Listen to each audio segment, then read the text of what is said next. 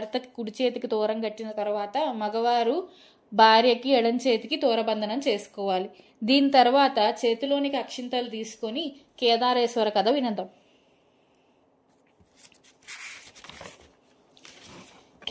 కేదారేశ్వర వ్రత కథ ప్రారంభము. సూత పౌరాణికుండు సౌనకాది మహర్షులను గాంచి ఇట్లని, ఋషిపుంగవులారా, మానవులకు సర్వ సౌభాగ్యంబులు గలుగు చేయనదియు పార్వతీదేవిచే సాంబశివుని శరీరార్థము పొందజేసినది అగు కేదారేశ్వర వ్రతము ఒక వ్రతము గలదు. ఆ వ్రత విధానమును వివరించెదను వినుడు. బ్రాహ్మణ, క్షత్రియ, వైశ్య, శూద్రాదుల ఆచరింపవచ్చును. ఈ వ్రతము 21 మార్లు ఆచరించి పుణ్యాత్ములు సకల సంపదలు అనుభవించి పిదప శివసాయుధ్యం పొందుదురు. ఓ ఋషిశ్రేష్ఠులారా, ఈ వ్రతమహత్యమును వివరించెదను వినుండు. భూలోకంబున నందీశ్యాన భాగంబున మరుపు గుంపులతో కూడి ఉన్న శరత్కాలం మేఘంబులను బోలుచు నిఖిలమని నిర్మితంబైన శిఖరముల చేతను పలు దరంగులతైన లతా విశేషముల చేతను బహువిధంబులగు ఫల పుష్పాదుల చేతను నానా విధములైన పక్షుల చేతను మరియు అనేకంబులైన కొండ కాలువల చేతను వ్యాప్తంబై సాల, తమాల, రసాల, హింతల, వకులాశోక, చందన, దేవదారు, నారికేల, పనస, నాగ, పున్నాగ, చంపకాది వృక్షముల చేతను మరియు నానా తరు విశేషముల చేతను బాసిల్లు నట్టి ఉద్యానవనముల చేతు ప్రకాశించుచు నిఖిల కళ్యాణప్రదంబైన సర్వజన నమస్కృతంబైన కైలాసంబను పేర్కొనబడుచు ప్రకాశించుచు ఒక పర్వత శ్రేష్టము గలదు. అందు సద్గుణైశ్వర్య సంపన్నులగు మహనీయులగు యోగుల చేతను సిద్ధ, గంధర్వ, కిన్నర, కింపురుషాదుల చేతను సేవింపబడి మనోహరమైన ఆ పర్వత శిఖరమందు జగత్కర్త అయిన పరమేశ్వరుడు ప్రమద గణములచే పరివేష్టింపబడి భవానీ సమేతుడై సకల దేవ మునిబృందముల చేత నమస్కరింపబడుచుండి ప్రసన్నుడై కూర్చుండి ఉన్న ఒక సమయమున చతుర్ముఖాది సురలందరకు దర్శనమిచ్చెను. అంత సూర్యాగ్ని పవనులు, నక్షత్రయుక్తుండైన నిశంకరుడును మరియు ఇంద్రాది దేవతలు, వశిష్ఠాది మహర్షులు, రంభా మొదలగు దేవతా స్త్రీలు, బ్రహ్మి మొదలగు సప్తమాతృకలు, సేనాని, గణపతి, ఆ సమీపం ముందు ఉన్న నంది, భృంగి మొదలగు ప్రమదగణములు పరివేష్టించి కొల్చున్నట్టి భవానీ వల్లభుని అత్యద్భుతమగు సభనందు నారదుడు మొదలగు దేవగాయకులు స్వామి ఆజ్ఞను వడసి జ్ఞానము చేసిరి. అటి రమణీయంబను శ్రవ్యంబగును గానము ప్రవర్తిల్లుచుండగా ఘృతాచి, మేనకాదులు వీణాది చతుర్విధ వాద్యములతో లయలతో కూడిన నృత్యమునర్చిరి. అప్పుడా వేల్పు బానిసల లోపల మిగులు సొగసు కత్తెయగు రంభ నిఖిల సురబృందముల యొక్క ఎల్లలములు రంజిల్లునట్లు నాట్లమునర్చెరెను. ఆ సమయంబున భృంగిరీటి అను భక్తవరుండు స్వామి సన్నిధి అందు తద్వ్యతిరేకముగా వికటనాట్యము చేయగా నా పార్వతీ కైలాసాధిపతి యొక్క పూర్వభాగమునందుండెను.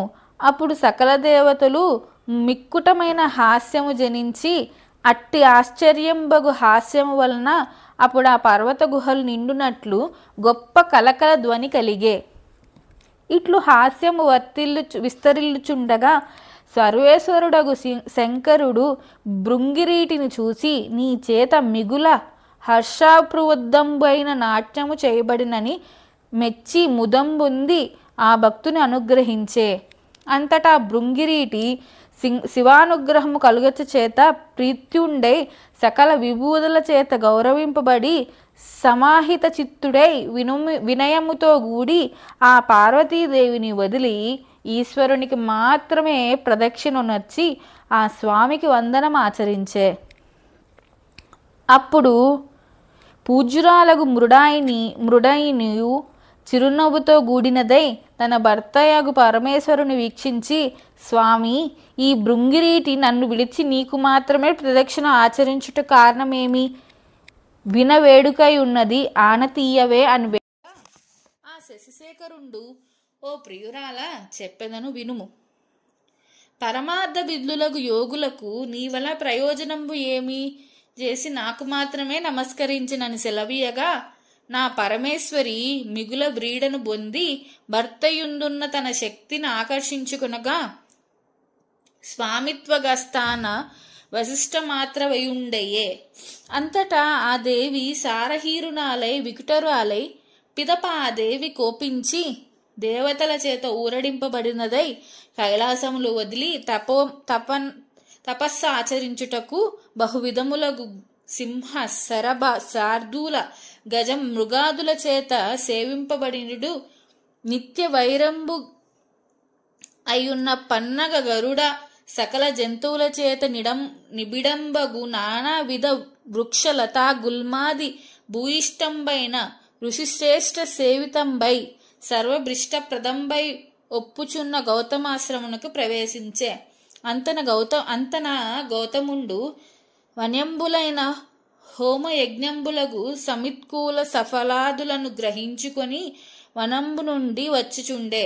తన ఆశ్రమ భాగమున వెలుగుచున్న ప్రకాశమును చూసి, వృష్యాశ్రంబగు ఇది మిగుల శోభించుచున్నది, ఏమైంది అని విస్మయంగా తత్కారణముల గురించి చింతించుచు తన ఆశ్రమను ప్రవేశించి, తామర రేకుల వంటి కన్నుల కలిగి అలంకృతరాలయున్న ఆ మహేశ్వరిని చూసి, పూజ్యురాలవైన వైభోగవతి, నీవిచ్చటకు కీర్తించుటకు కారణమేమి అని అడగగా, ఆ దేవి నా జడదారికి తన విషాదగాథను వివరించి నమస్కరించుచు, ఓయి మునీశ్వరుడా, ఏ వ్రతం యోగ సమ్మతమైనదో, ఏ వ్రతానుష్టము చేత శంకరుని దేహార్థము నాకు ఘటించునో అట్టి వ్రతమును ఉపదేశింపుము. ఆ శ్రీమతికి ఆధారకంబైన ఉత్తమ వ్రతాన్ని ఆచరింపుమని మనగా ఆ మహర్షి సకల శాస్త్ర పురాణాలను చదివి ఈప్సితార్థంబగు ఉత్తమ వ్రతమును ఆచరింపమని ఉపదేశింపగా, అంతా ఆ దేవి నా వ్రతానుష్టక్రమం ఆనతీయమని వేడగా ఇట్లు చెప్పడు అనంగే. భాద్రపద శుక్లాష్టమి యందు శుద్ధ మనస్కురాలువై మంగళకరంబులగు ఏకవిశంతి తంతువుల చేత హస్తమునందు ప్రతిసారమును ధరించి అది వసముందు ఉపవాసమునరించి మరునాడు బ్రాహ్మణ భోజనము చేయించి అది మొదలు అమావాస్య వరకు నీ ఇట్ల వ్రతము చలుపుచు ప్రతిదినమునందు శ్రీమత్ కేదార దేవుని ఆరాధింపవలయను అని, మరియు శుద్ధంబగు ఒక ప్రదేశమున ధాన్యరాశి యందు పూర్ణ కుంభము ఉంచి 21 సూత్రముల చేత చుట్టి పట్టు పుట్టముల చేత కప్పి నవరత్నములు గాని శక్తి కొలది సువర్ణము గాని ఉంచి గంధ పుష్పాక్షతల అర్పించి 21 బ్రాహ్మణులను పిలిపించి పాద ప్రక్షాళనాది కృత్యంబులు ఆచరించి కూర్చుండబెట్టి ఆ కేదారదేవుణ్ణి ప్రతిష్ఠింపచేసి చందనాగరు కస్తూరి కుంకుమాదులను శ్రీగంధమును నానావిధ పుష్పములను తాంబూలమును వస్త్రములను ఉంచి నైవేద్యం పెట్టి యథాశాస్త్రముగా దీపధూపాదులచే పూజించి ఏకవిశంతి సంఖ్యములైన భక్ష భోజ చోష లేహాదులను కదిలీ ఫలములను నైవేద్యం చేసి తాంబూలమొసంగి చక్కగా స్తోత్రము చేసి బ్రాహ్మణులకు యథాశక్తి దక్షిణలిచ్చి వ్రతమును లెస్సగా అనుష్ఠించి ఈశ్వరునకు మనస్సంతుష్టి చేసిన ఎడల ప్రీత్యుండై ఆ వృషభధ్వజుండు నీవు కోరిన కోరిక తప్పక వరంగా ఇయ్యగలడు అని వచింప ఆ కాత్యాయిని అట్లునే అగుగాక అని వ్రతమాచరించే. అంత పరమశివుడు సంతుష్టాంతరంగుడై అచటి దేవగణములతో వచ్చి నిజ శరీరార్థము నీకిచ్చదనగాన పార్వతే అని అనగా పార్వతి ఉప్పొంగి శంకర దేహార్థమును పొంది లోకానుగ్రహము చేయదలచి తన భర్తగు ఈశ్వరునితో ఈ వ్రతము ఆచరించిన వారులకు సకలాభీష్ట సిద్ధి కలుగునట్లు అనుగ్రహించి తేరని ఎల్లవార్లు ఆచరించరు అనగా అట్లనే అగుగాక అని అంగీకరించి సురసంగములతో కూడా అచటికి అంతర్హితుడయ్యను. మరికొంత కాలమునకు శివభక్తి యుక్తుండగు చిత్రాంగదుడు అను గంధర్వుడు నందికేశ్వరుని వలన ఆ చర్యమంతా ఎరిగి మనుష్యలోకమునకు జని వారులకు ఉపదేశించెను. నిచ్చల గలవాడై ఉజ్జయిని పట్టణముకు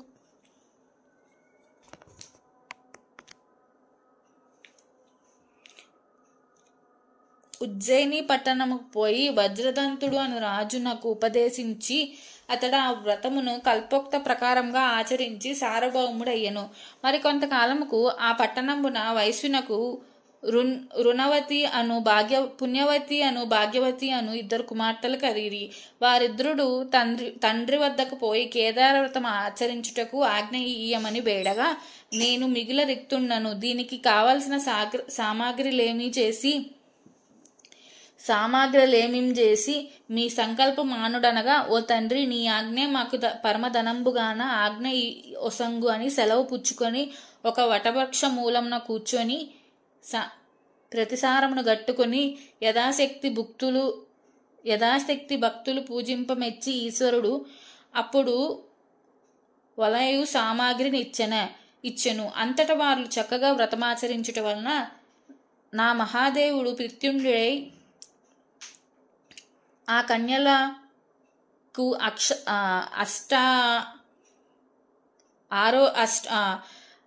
ఆయురారోగ్య ఐశ్వర్యములను దివ్య రూపంలో ఒసంగి అంతర్రహితుడయ్యను. పిమ్మట ఆ వ్రతమహత్యము వలన ఉజ్జయిని పట్టణం మేల్చున్న రాజు పుణ్యవతి అని కన్యను, చోళభూపాలుడు భాగ్యవతి అని కన్యను పాణిగ్రహణమునొచ్చి అందువలన ఆ వైశ్యుడు ధన సమృద్ధుండే సామ్రాజ్య సంపదలను పుత్రులను పొంది సుఖంబున ఉండే.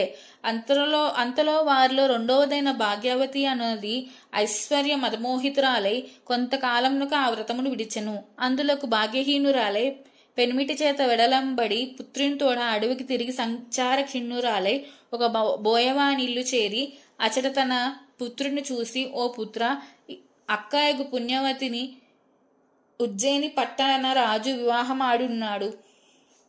నీవు అచ్చటకు పోయి దానిని చూసి ధనము తీసుకొని శీఘ్రముగా రమ్మనను. అంతా అతడు పట్టణముకు పోయి పెద్ద తల్లికి తమ యొక్క దుస్సంభవ కష్టము తెలపగా ఆ పుణ్యవతి అతని చేతికి విస్తారముగా ధనమిచ్చెను. అతను ఆ ధనమంతా తీసుకొని వచ్చు దారిలో అదృశ్యరూపుండైన మహాదేవుడు వలన ఆ ధనము అపహరింపబడగా అతడు మరలా తన పెద్ద తల్లి దగ్గరికి వెళ్ళి ఆ వృత్తాంతమంతా వివరించి మరికొంత ధనమును సంగ్రహించుకుని పోగా ఆ ధనము కూడా అపహరింపబడగా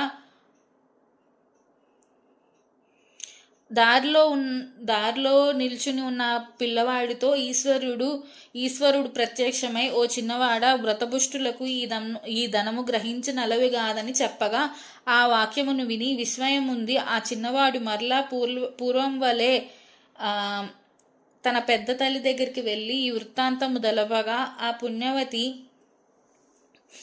ఆలోచించి పుత్రుని చేత వ్రతం చేయించి తన చెల్లెలు వ్రతమాచరించినట్లుగా చెప్పవలని అని ద్రవ్యము ఒసంగి పంపగా అతడు బయలుదేరి వెలుచుండగా మార్గమున అప్రయత్నముగా పూర్వం కోల్పోయిన ధనమంతా వశమైనది. దానికి సంతసించి అతను కాంచీపుట్ పట్టణం ప్రవేశించు సమయంన చతురంగ బలంతోడ తన తండ్రి ఎదుర్కోలు వచ్చి వెంటబట్టుకొని పట్టణముకు తీసుకుని పోయే. అంతట తల్లిదండ్రులతో గూడి సుఖమును అనుభవించుచుండే. పిమ్మట తల్లియగు భాగ్యవతి తండ్రియగు చోళరాజు అది మొదలు ఈ వ్రతము ఆచరించుచు అవిచ్ఛిన్నంబగు నిఖిల సంపదలు అనుభవించుచుండిరి. కావున ఎవరైనను యథోక్త ప్రకారముగా ఈ వ్రతమహిత్యమును వినినను చదివినను అట్టి వారందరూ శ్రీ మహాదేవుని అనుగ్రహం వలన అనంతంబుగు ఆయురారోగ్య ఐశ్వర్యములను పొంది సుఖంబులు అనుభవించి శివ సాన్నిధ్యమును పొందుదని గౌతమ మహర్షిచే చెప్పబడినని సూతుండు సౌనకాదులకు చెప్పగా శ్రీ వ్యాస భట్టారకుడు స్కాంద పురాణందు అభివర్ణించెను. ఇది కేదారేశ్వర వ్రత కథ సంపూర్ణం. కథ పూర్తయిన తరువాత పరమశివుని పాదాల వద్ద అక్షింతలు సమర్పించి నైవేద్యము పెట్టి దాని తర్వాత హారతి వెలిగించి తమ మనసులో ఉన్న కోరికలను ఆ మహాదేవునికి వినియోగించుకోవాలి. కేదారేశ్వర వ్రతము సంపూర్ణం. ఇలాంటి మరికొన్ని వీడియోల కోసం మా ఛానల్ని సబ్స్క్రైబ్ చేసుకోండి. Please subscribe our channel. Thank you.